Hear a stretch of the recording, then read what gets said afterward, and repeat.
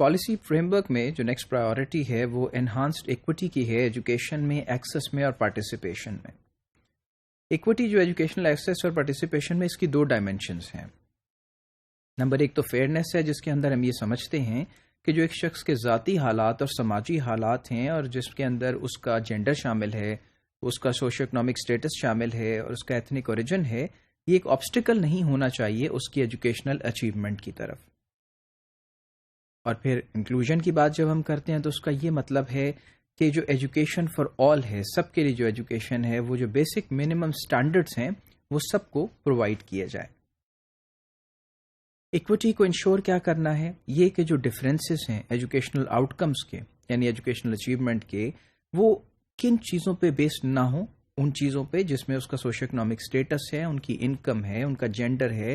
اور geographical disparities ہیں اور پیرلل اسکول سسٹم ہیں، ان چیزوں کے اثرات ریفلیکٹ نہ ہوں ان کی ایجوکیشنل آؤٹ کمز کے اندر. بٹ انفارچونیٹلی ان کے بہت سے اثرات ہم دیکھتے ہیں کہ ہمارے ملک میں موجود ہیں.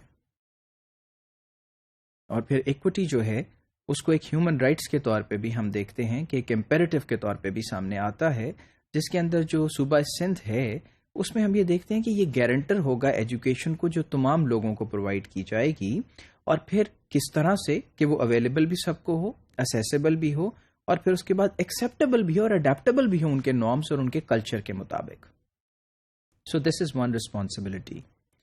اب جو سندھ ایجوکیشن سیکٹر پلان ہے، اس کی جو پالیسیز ہیں انہانسڈ ایکوٹی کی ایجوکیشن، ایکسس اور پارٹیسپیشن میں، ان میں کون سے ایسے امور ہیں جو شامل ہیں؟ نمبر ایک تو یہ ہے کہ ٹرانزیشن جو ہے ارلی چائلڈ ایجوکیشن سے پرائمری کی طرف،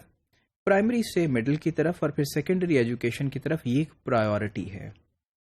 نمبر دو یہ بات ہے کہ ہم یہ دیکھتے ہیں اسی کا ایک حصہ ہے کہ پرائمری اسکول جو ہے انہیں اپ گریڈ کیا جائے گا مڈل کی طرف، اور سیکنڈلی جو زیادہ ایکسیس ہے ارلی چائلڈہڈ ایجوکیشن کو، اس کو پرووائڈ کیا جائے گا ان بچوں کو جو کہ مارجنلائز کمیونٹی سے ہیں اور وہاں ہیں جہاں ہم ڈسپیرٹی دیکھتے ہیں، اور پھر اس ڈسپیرٹی کو جو کہ ہم سوشل ایکسکلوژن کی ہے، اس کو ایلیمینیٹ کرنا مقصود ہے. تیسری بات یہ ہے کہ جو انٹرونشنز ہیں ٹارگیٹڈ کن کو ایڈریس کریں گی؟ ڈسپیرٹیز کو جو سب لیولز کے اوپر ہوں گی، جس میں ہم جیوگرافک دیکھتے ہیں، یعنی ڈسٹرکٹ وائز ڈسپیرٹیز ہیں، اربن اینڈ رورل ڈیوائڈ ہے، اس کو بھی ٹھیک کیا جائے، جینڈر اور سوشو اکنامک سٹیٹس، پاورٹی اور ڈسیبلٹیز کو.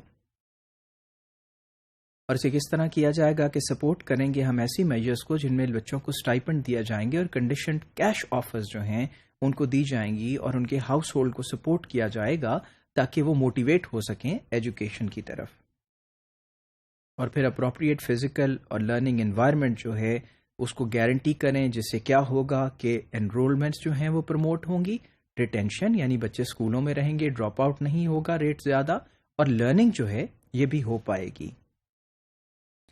اور پھر نمبر 5 یہ ہے کہ ان ریکگنیشن کہ گورنمنٹ اکیلے یہ سب نہیں کر سکتی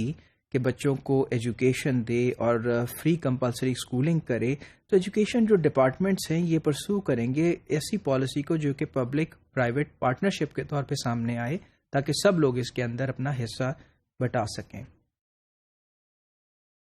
اور پھر الٹرنیٹیو فلیکسیبل اور نان فارمل جو ایجوکیشن پروویژن ہے، اس کو بھی سب بچوں کو دیا جائے گا جو کہ ایکسکلوڈ ہو چکے ہیں فارمل اسکولنگ سے. اینڈ فائنلی یہ بات ہے کہ فارمل اور نان فارمل جو ایجوکیشن ہے، اس کی پروویژن کو بھی ہم جو ہے یہ ریلیونٹ کریں گے، ریئل لائف کے قریب ہو، اور لیونگ نیڈز جو ہیں بچوں کی بیونڈ اسکول، اس کے طور پہ بھی ہم اس کو سامنے لے کے آئیں گے.